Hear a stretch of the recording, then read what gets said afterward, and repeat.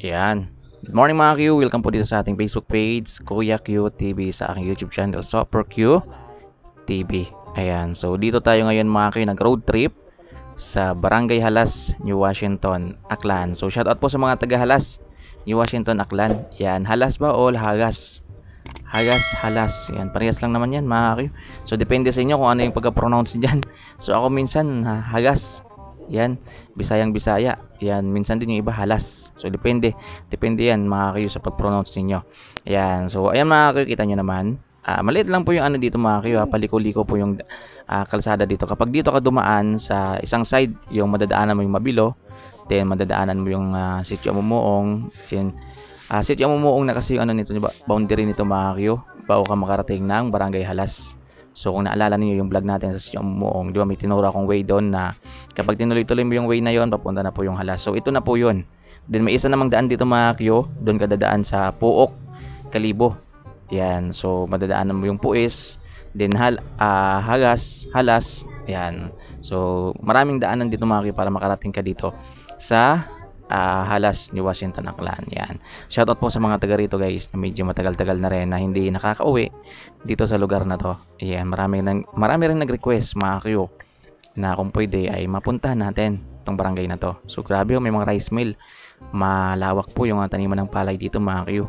So yan din po yung isa sa pangunahing hanap buhay ng mga magsasaka dito mga Kyo, yung pagtatanim ng palay. Yan. So kahit ano lang mga Kyo, kahit maliit lang yung kalsada, sakto naman po siya sa dalawang sasakyan. Wag lang yung mga malalaki ha, yung mga tin-wheeler, wag lang pong ganoon. Mga kotse lang, ganoon, mga tricycle, pwede. Yan, mga van, pwede. So kahit magkasalubong kayo, kasya pa rin.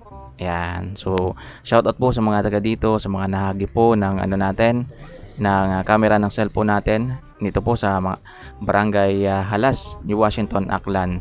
So depende sa inyo mga kuy kung ano yung pag-pronounce nyo. Meron kasi Halas. Yan, meron naman kasi Hagas. So depende siguro yan mga kuy. Yan, meron din po akong narinig minsan na tinatawag nilang Halas, New Washington, meron naman Hagas. So, Aklanon dialect talaga yung gamit nila, Hagas. Yan.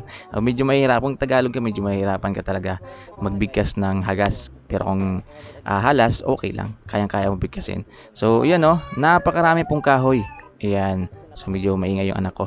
Marami pong kahoy mga Q. Yan, mga saging, na mga tanim dito sa kalsada. Marami pong hardin. Yan, yung iba, mga gulay. Yung mga tinatanim dito sa mga gilid ng kalsada. Yan Ayan, may mga hardin. So napakaganda, napakailawas, napakalamig po ng lugar na to. Yan, hindi po siya mainit. Ganitong mga lugar, ganitong mga barangay yung sarap tirahan, Hindi masyadong mainit. Kasi sobrang daming kahoy. Yan, alam naman natin guys, na kapag maraming kahoy ay hindi talaga masyadong mainit yung isang lugar. 'Di ba? Unlike dito sa amin mga kayo na dito sa sitio sa Ugan, New Washington, Aklan, na halos wala ng kahoy.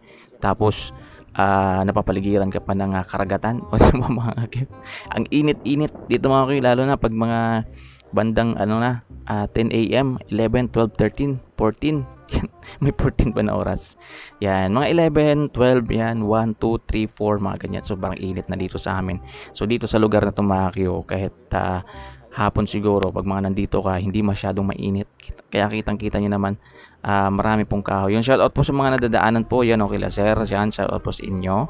Yan, sana po makita po ninyo tong road trip na to, yung vlog natin. Huwag kayong mag-alala guys, dahil ito po road trip lang naman tong ginagawa natin. Sa susunod guys, meron talaga akong pupuntahan dito guys sa Barangay Halas, New Washington, Aklan. Ibablog po natin. Yan, meron din po kasi nag-invite dito sa akin guys. So soon pa yon, di ba? So maano lang, siguro wala na silang planong dagdagan yung kalsada dito mga Kyo. Kasi pag mga barangay road naman talaga, maliliit naman yan talaga. Hindi naman yan masyadong kalakihan. Compare talaga dun sa mga national road na ngayon na 4 lane na halos. Ayan. So tamang tamang chill lang, tamang relax lang. Ayan. Ang importante mga Kyo, nakikita nyo yung lugar ninyo. Lalong-lalo na sa mga matagal-tagal nang hindi nakikita tong lugar na to. Alam ko nami-miss nyo na. Ayan, napipiyok-piyok na ako. Alam ko nami-miss nyo na tong lugar na to, mga Kyo. Ayan. Ikaw ba naman 2 years, 3 years na hindi ka nakakauwi dito? Siyempre mamimiss mo talaga. 'Di ba? Ang sarap lang sa feelings na makita mo na binablog yung lugar ninyo. Ayan, kahit ako mga Kyo dati, ayan, yung mga nakikita ko yung lugar ko sa vlog, sa TV, napakasarap sa pakiramdam. Ayan Halas, New Washington, Aklan. Yan. So, yan na po yung boundary na yan. Yan, papuntang Puis yan. Yan, papunta pang Halas yan. Madadaanan mo yung Mataphaw.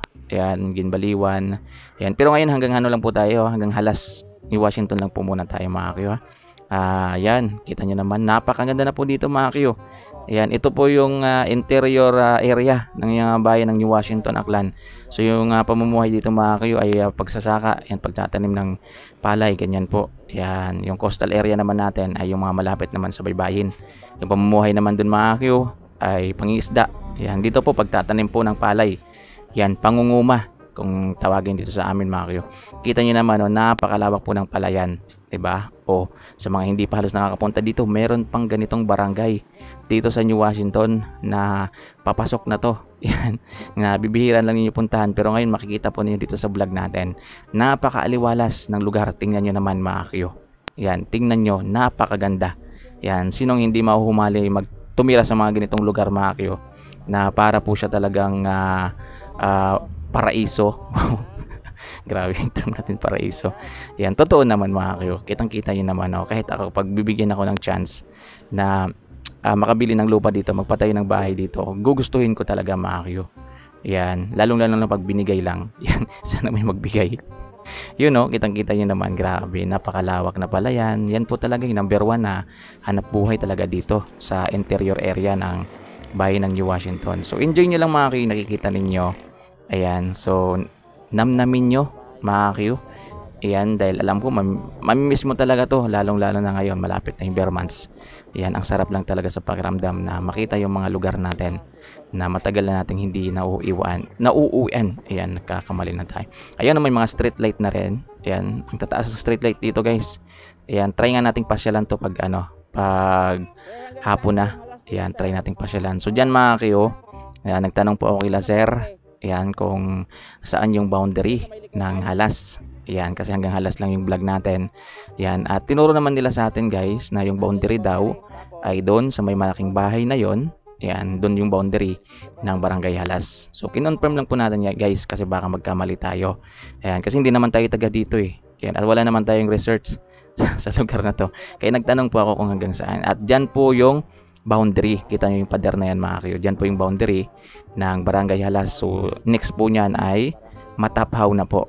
Yan, Barangay Mataphaw, New Washington, Aklan mga Kyo.